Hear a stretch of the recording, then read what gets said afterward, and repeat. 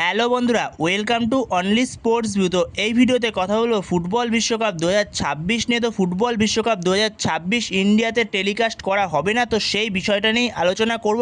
যেখানে কেন টেলিকাস্ট করা হবে না বা কী বিষয় রয়েছে এর মধ্যে, তো পুরো বিষয়টা নিয়েই আলোচনা করব এই ভিডিওতে। তো ভিডিওটি সবাই শেষ পর্যন্ত দেখতে থাকো, আর চ্যানেলে নতুন হয়ে থাকলে চ্যানেলটি সাবস্ক্রাইব করে পাশে থাকা বেল আইকনটিকে অন করে পাশে থেকো। যেখানে ভারতে এই বছর কেউ ফুটবল বিশ্বকাপ দেখতে পারবে না, কারণ এই বছর ইন্ডিয়াতে কোনো টেলিকাস্ট কোম্পানি রাইটস কেনেনি 2026 ফুটবল বিশ্বকাপের। যেখানে ফিফা থেকে বলা হয়েছিল যে তোমরা আমাদের 100 মিলিয়ন দাও, তারপরে তোমরা লাইভ টেলিকাস্ট নিয়ে ম্যাচ দেখাও, কিন্তু সেখানেই কোনো ভারতীয় টেলিকাস্ট কোম্পানি রাইটস কিনতে রাজি হয়নি। এছাড়া আরও সুযোগ দিয়েছিল ফিফা, যেখানে বলা হয়েছিল 35 মিলিয়ন ইউরো দাও, যেখানে আরও অফার দিয়েছিল ফিফা থেকে, যেখানে বলা হয়েছিল শুধু 2026 বিশ্বকাপ না, 2030 বিশ্বকাপ যেটা সৌদিতে হবে, তো সেটাও বলেছিল দেখাতে পারবে, মানে দুটো বিশ্বকাপের রাইটস পেয়ে যেত ইন্ডিয়া। কিন্তু সেখানে তাও কোনো টেলিকাস্ট কোম্পানি কেনেনি ইন্ডিয়া থেকে। যেখানে এর আগের যে বিশ্বকাপ, যেটা রিলায়েন্স কোম্পানি কিনেছিল জিও, তো তার মাধ্যমে আমরা ফুটবল বিশ্বকাপ দেখতে পেয়েছিলাম। কিন্তু এই মরশুমে কোনো কোম্পানি ফুটবল বিশ্বকাপ কেনেনি ইন্ডিয়া থেকে।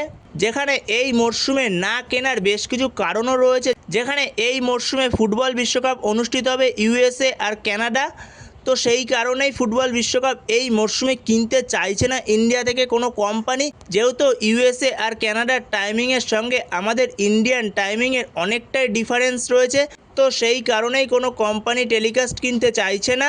যেখানে আমাদের ইন্ডিয়ান টাইমিংয়ের দিক থেকে দেখতে গেলে বেশিরভাগ, মানে 90% ম্যাচগুলোই পড়েছে রাত্রি 12:30, না হলে 2:30, না হলে ভোরবেলা 5টা।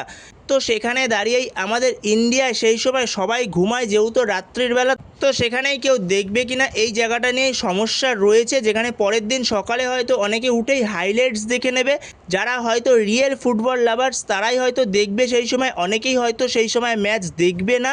যেখানে বেশ সব গুরুত্বপূর্ণ ম্যাচগুলোই এরকম সময় ফেলা হয়েছে, যেখানে আমাদের ইন্ডিয়াতে ক্রিকেটসটাই বেশি ফলো করে ফুটবলের থেকে।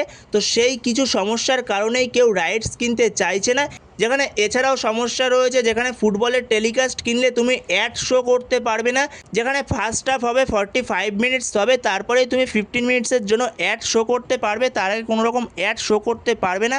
যেটা ক্রিকেটের ক্ষেত্রে করা যায়, যেখানে 5 মিনিট পর পর একটা করে ওভার হলে সেখানে অ্যাড শো করতে পারে, কিন্তু এই ফুটবলের ক্ষেত্রে সেই অ্যাড শো করতে পারে না। তো সেই জায়গাতেই বেশ কিছু ক্ষতির মুখে পড়ে কোম্পানিগুলো।